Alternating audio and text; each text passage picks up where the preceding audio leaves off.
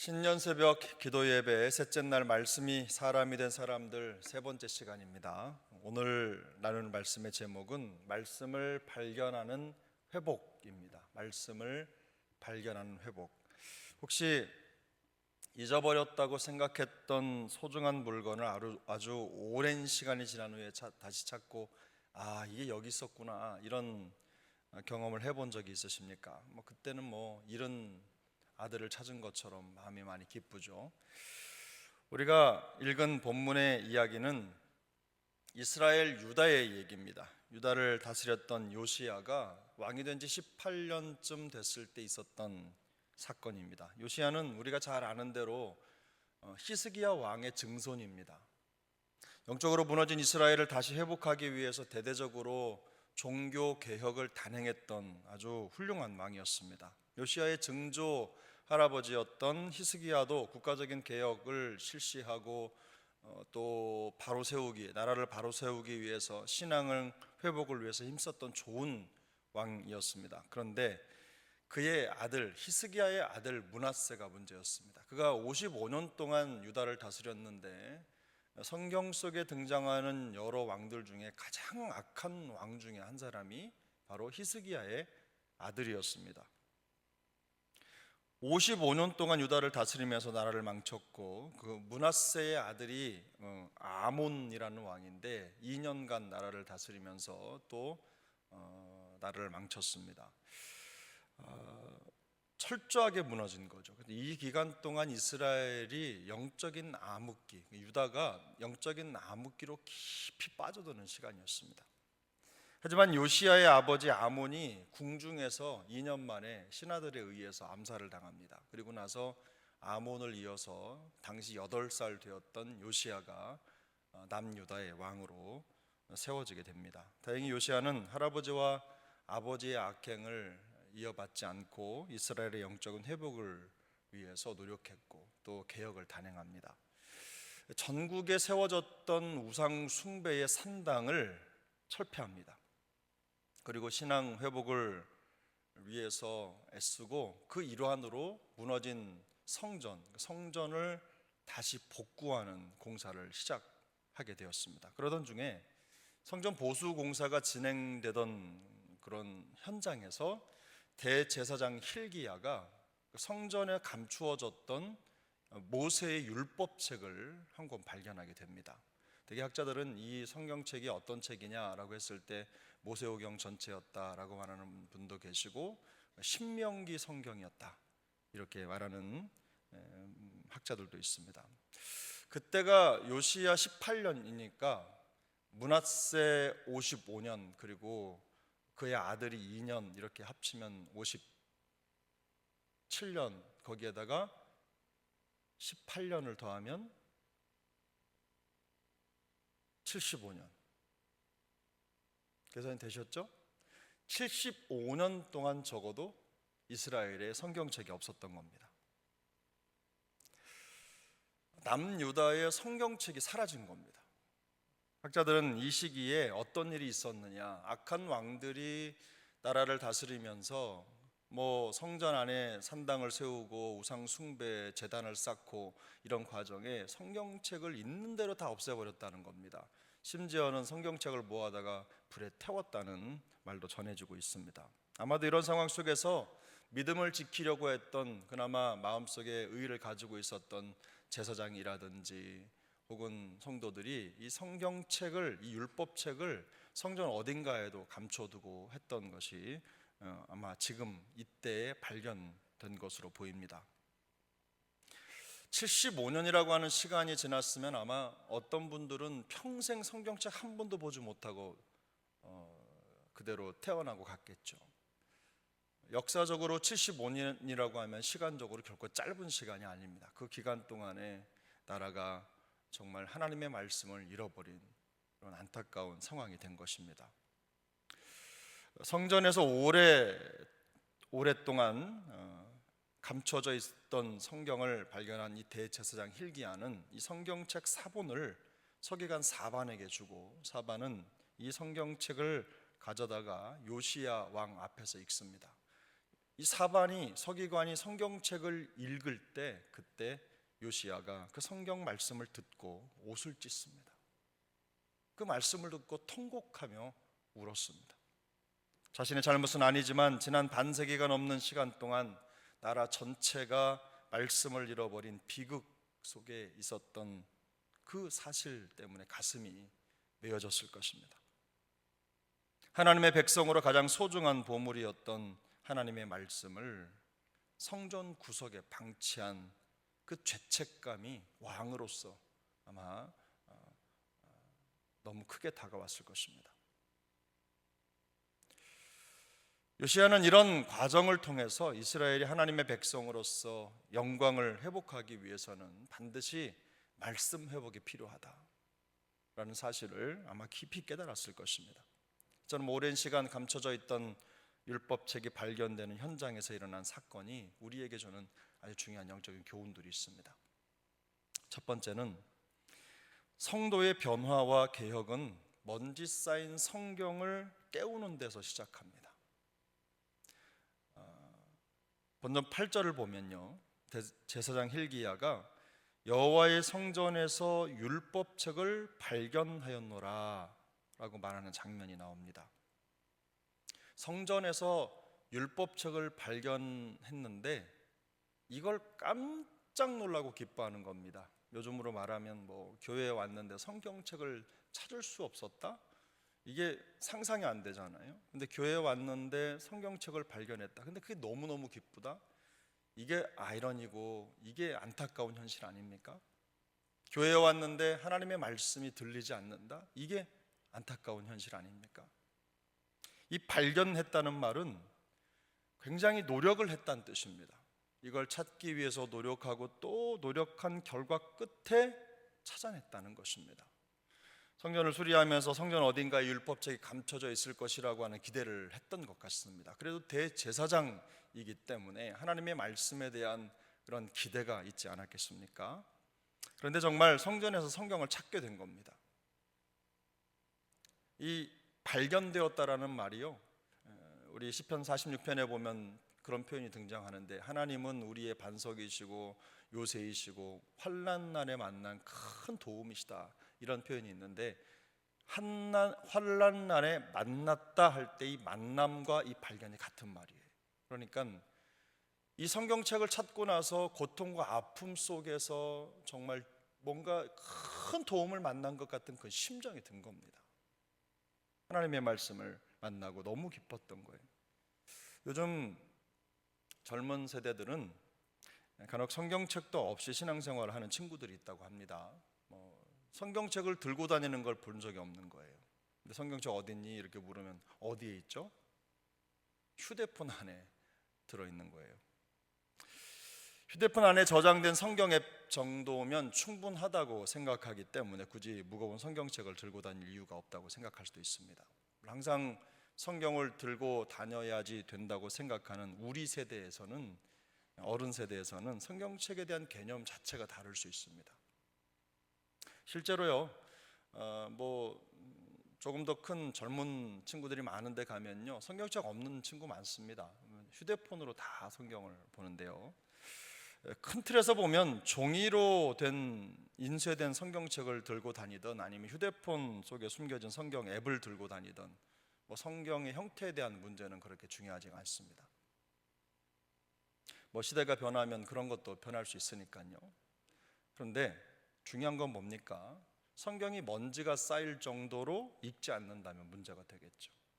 성경 앱을 깔기는 깔았는데 어디 있는지 찾지 못할 정도로 열어보지 않는다면 그게 문제가 되는 거 아니겠습니까? 이렇게 어딘가에 방치된 성경책, 방치된 말씀을 깨워내야 된다는 거죠. 항상 말씀과 같이 있지만 말씀과 상관없이 살아가는 것, 감춰져 있는 성경을 발견해내는 것, 바로 이것이 우리에게 참 중요한 것이죠. 발견해야 한다는 것은 그저 성경책을 한 권 이렇게 들고 다니는 그런 개념이 아니라는 것 좀 이해하시겠죠? 성경책을 읽어야 한다는 겁니다. 읽고 성경을 읽을 때 진정으로 성경이 발견되는 것입니다. 두 번째로는요, 신앙의 진정성은요, 말씀을 대하는 태도로 결정이 됩니다. 우리 본문 11절을 보면 요시야가 이렇게 말씀 앞에 반응합니다. 왕이 율법 책의 말을 듣자 곧 그의 옷을 찢으니라.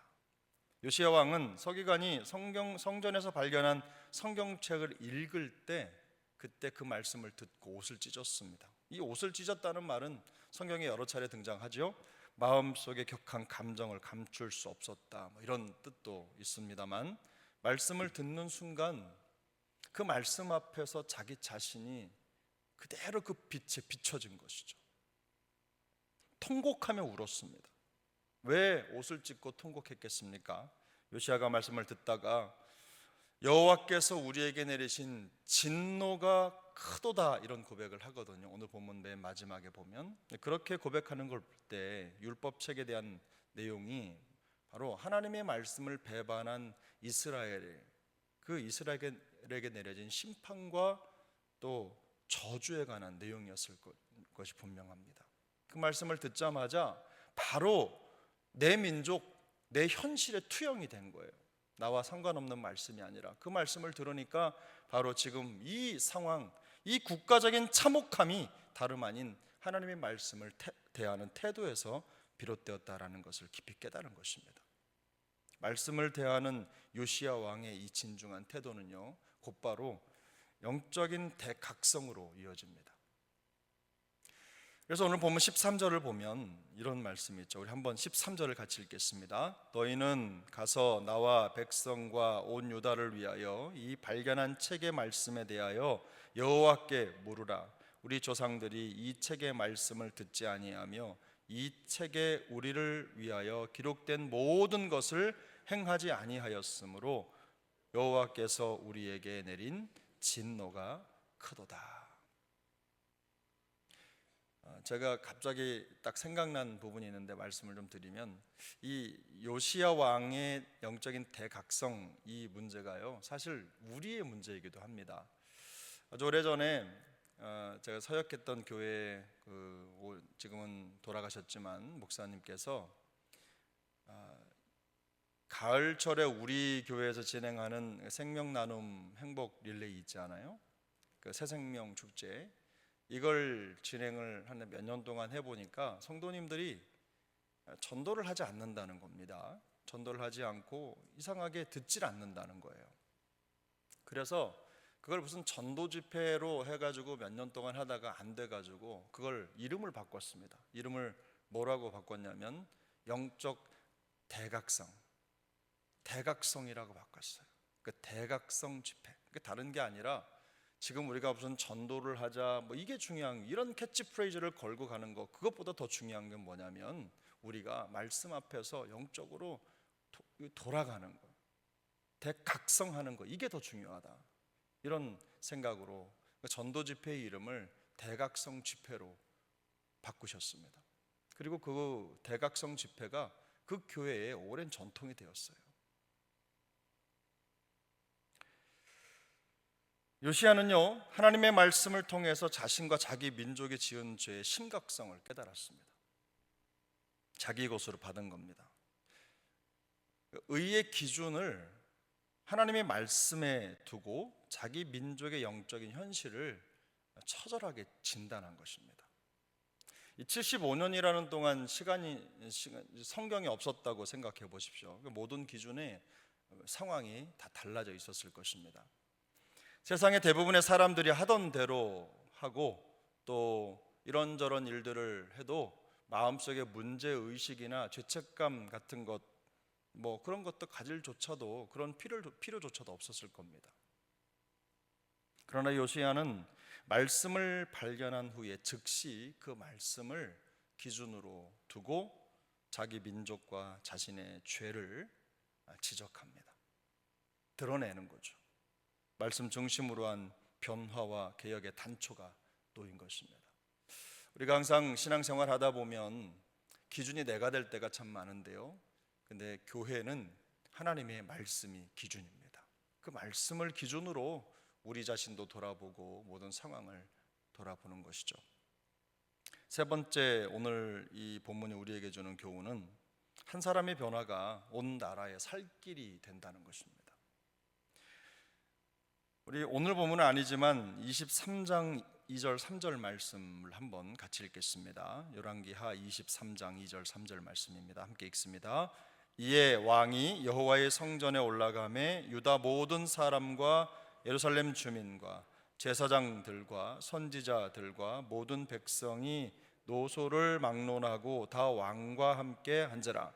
왕이 여호와의 성전 안에서 발견한 언약책의 모든 말씀을 읽어 무리의 귀에 들리고 왕이 단 위에 서서 여호와 앞에서 언약을 세우되 마음을 다하고 뜻을 다하여 여호와께 순종하고 그의 계명과 법도와 율례를 지켜 이 책에 기록된 이 언약의 말씀을 이루게 하리라 하매 백성이 다 그 언약을 따르기로 하니라. 아멘. 감동적인 모습 아닙니까? 너무 감동적인 모습이. 요시야는 율법책의 말씀을 모든 백성에게도 읽어줬습니다. 마음을 다하고 뜻을 다하여 여호와께 순종하고 그 말씀을 지키기로 그 자리에서 서약합니다. 말씀을 들으며 옷을 찢고 통곡했던 그 회개가 단순히 감정에 멈추지 않고 구체적인 말씀 순종으로 이어지고 있는 것입니다. 요시야 개인의 영적인 각성과 부흥이 이스라엘 나라 전체의 변혁과 변화의 불꽃이 된 것입니다. 요시야 개인의 변화가 온 민족의 신앙 갱신으로 이어지고 있는 거예요. 성경은 요시야를 어떻게 표현하느냐, 그 요시야를 평가하는 평가 기준이 있는데요, 23장 25절을 보면 요시야에 대해서 이렇게 말합니다. 요시야와 같이 마음을 다하며 뜻을 다하며 힘을 다하여 모세의 모든 율법을 따라 여호와께로 돌이킨 왕은 요시야 전에도 없었고 후에도 그와 같은 자가 없었더라. 어떻게 보면 다윗보다 더 위대한 왕이다, 이런 평가가 아닙니까? 그래서 성경학자들은요, 요시야를 제2의 다윗이라고 불러요. 어린 나이에 왕이 됐지만 마음의 그 기준을 지키고 하나님 앞으로 돌아가려고 했으며 온 민족을 하나님 앞에 세우려고 했던, 그야말로 살신성인했던 그런 왕으로 인정하고 있는 것이죠.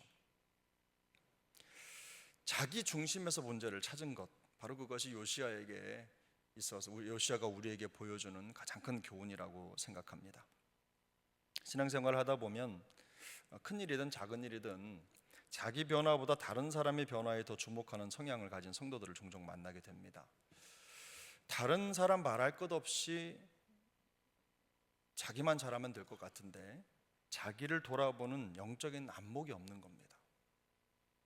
남의 눈에 티를 보면서도 자기 눈에 들보는 보지 못하는 거죠. 우리 모두에게 해당되는 말씀일 수도 있습니다. 그러나 말씀을 발견한 요시야의 이런 자기 반성의 모습에서 배울 필요가 있습니다. 특히나 신앙생활 할 때 나만 잘하면 다 잘한다, 이런 생각이 좀 필요합니다. 여러분 한번 저를 따라 해보시죠. 나만 잘하면 다 잘한다, 이 생각이 좀 필요해요. 나만 잘하면 되지 뭐, 이런 마음을 좀 가지셔야 합니다.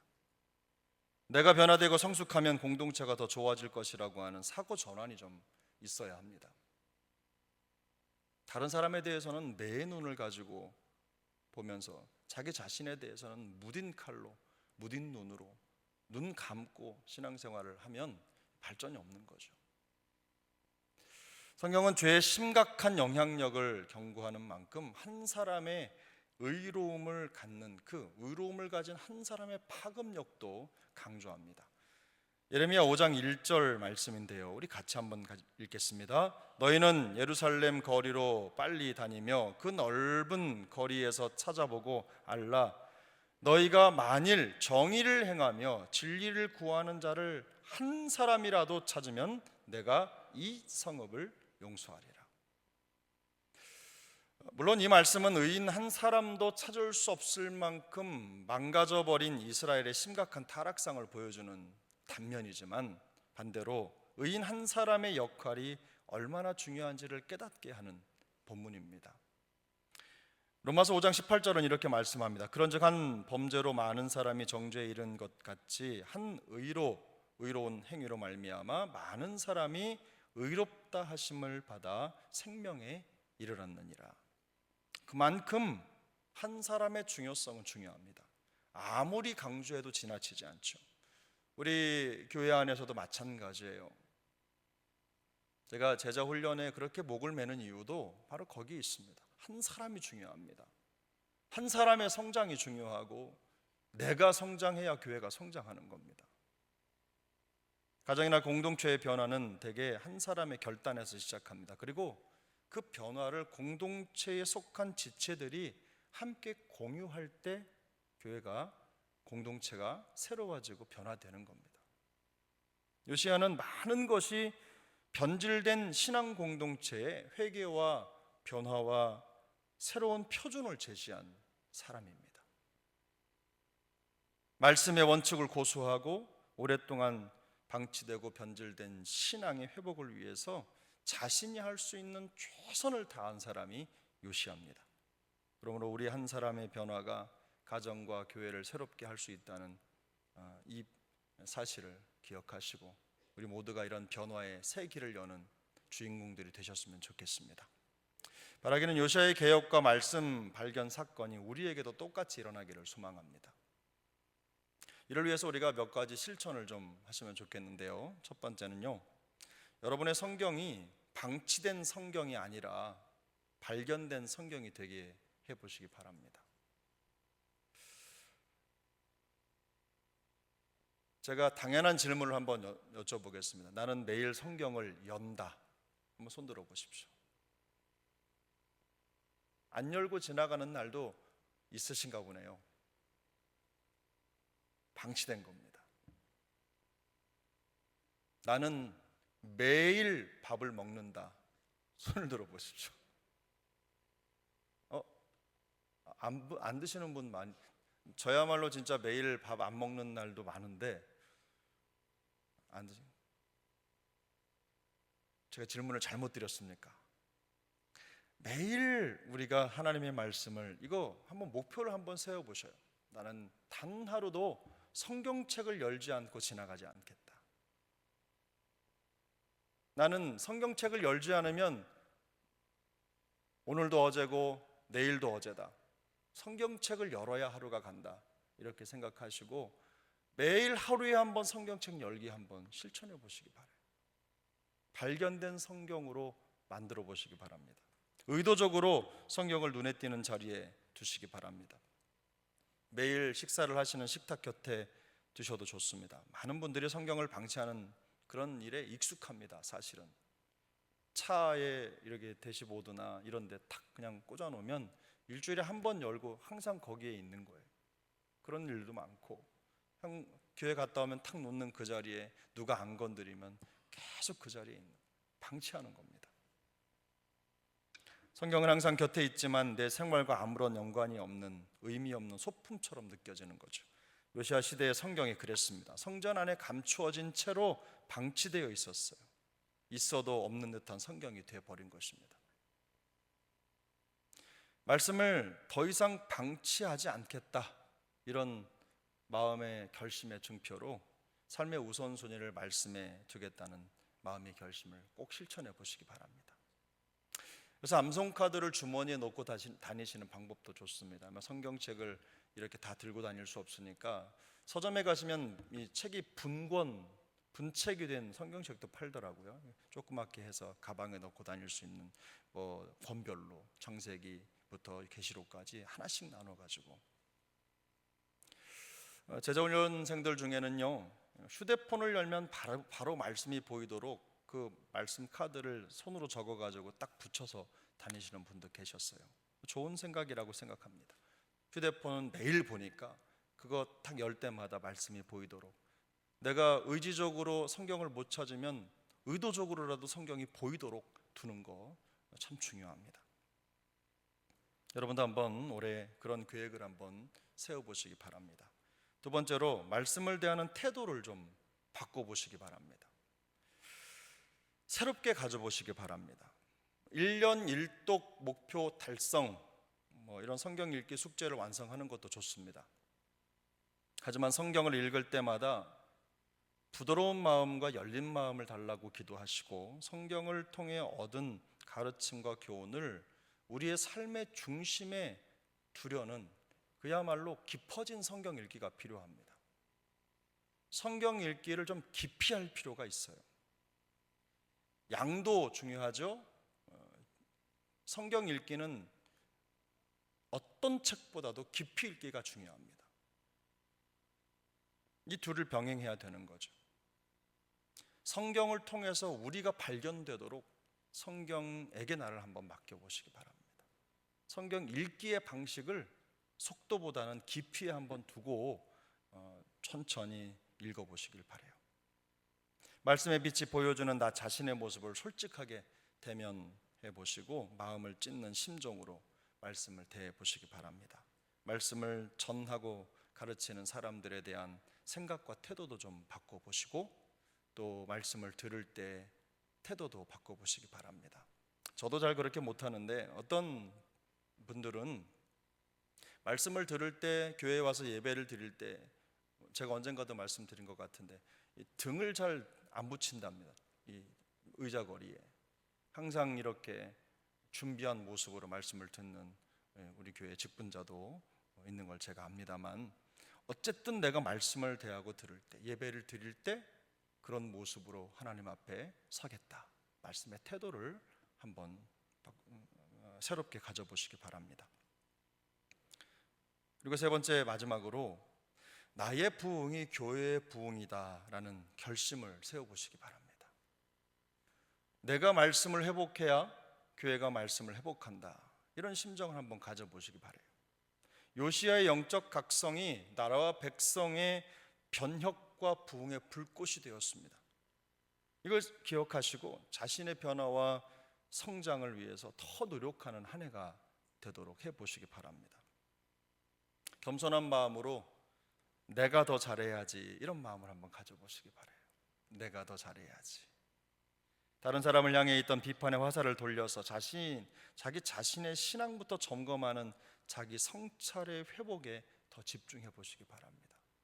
뭔가 변화가 일어나지 않고 항상 그 자리에 있는 분들을 보면요, 이런 마음의 어떤 열심, 신앙의 열심, 이런 게 별로 없으세요. 백발백중 성경 방치하고 계실 겁니다. 기도 방치하고 계실 겁니다. 나 하나 잘한다고 뭐가 바뀔까 하는 생각, 이런 생각이 금물이라는 거 여러분 꼭 기억하시고, 나 하나의 변화가 회복의 시작점이라는 확신을 가질 수 있기를 축복합니다. 우리 마지막으로 성경 한 곳을 더 읽고 마치겠습니다. 우리 본문 22장 19절, 20절 두 절 말씀인데요, 19절, 20절 두 절 말씀을 같이 읽겠습니다. 내가 이 곳과 그 주민에게 대하여 빈터가 되고 저주가 되리라 한 말을 내가 듣고 마음이 부드러워져서 여호와 앞 곧 내 앞에서 겸비하여 옷을 찢고 통곡하였으므로 나도 내 말을 들었노라. 여호와가 말하였느니라. 그러므로 보라, 내가 너로 너의 조상들에게 돌아가서 평안히 묘실로 들어가게 하리니 내가 이곳에 내리는 모든 재앙을 내 눈이 보지 못하리라 하셨느니라 하니 사자들이 왕에게 보고하니라. 무슨 말입니까? 여러분, 어떤 말씀입니까? 하나님이 요시야의 겸손과 영적인 각성을 보고 이스라엘에 내리려고 하셨던 재앙을 미루셨다는 뜻이에요. 유다 전체의 죄를 보시고 저주의 말씀을 하셨습니다. 그러나 요시야 한 사람의 겸비와 회개함과 통곡을 보시고 그 재앙을 늦추신 거예요. 요시야의 이런 모습은요, 내가 먼저 하나님 앞에 바로 서는 것이 가정과 교회를 살리는 길이다 라는 것을 정확하게 보여주는 말씀입니다. 한 가지 올해 말씀을 발견하는 회복된 사람이 되고자 하는 그 심정으로 한 가지 한번 우리 실천해 봅시다. 하나는 심판자가 되지 마시고 심판을 막아서는 자가 한번 되어 보시기 바랍니다. 이것이 말씀을 발견한 자들에게 나타나는 회복입니다. 말씀 앞에 선 자들의 회복이에요. 하나님의 말씀 앞에서 옷을 찢고 통회하고 자복하며 눈물로 주님 앞에 다가서는 거예요. 정말 교회 회복을 원한다면 우리에게 이런 모습이 필요합니다. 올 한 해 우리 개인과 가정과 교회에 이런 말씀 회복이 풍성히 일어나기를 소망합니다. 민족의 영적 대각성과 갱신의 출발점이었던 요시아의 말씀 발견의 역사가 우리 모두에게 나타나는 2026년 한 해가 될 수 있기를 예수님의 이름으로 축복합니다.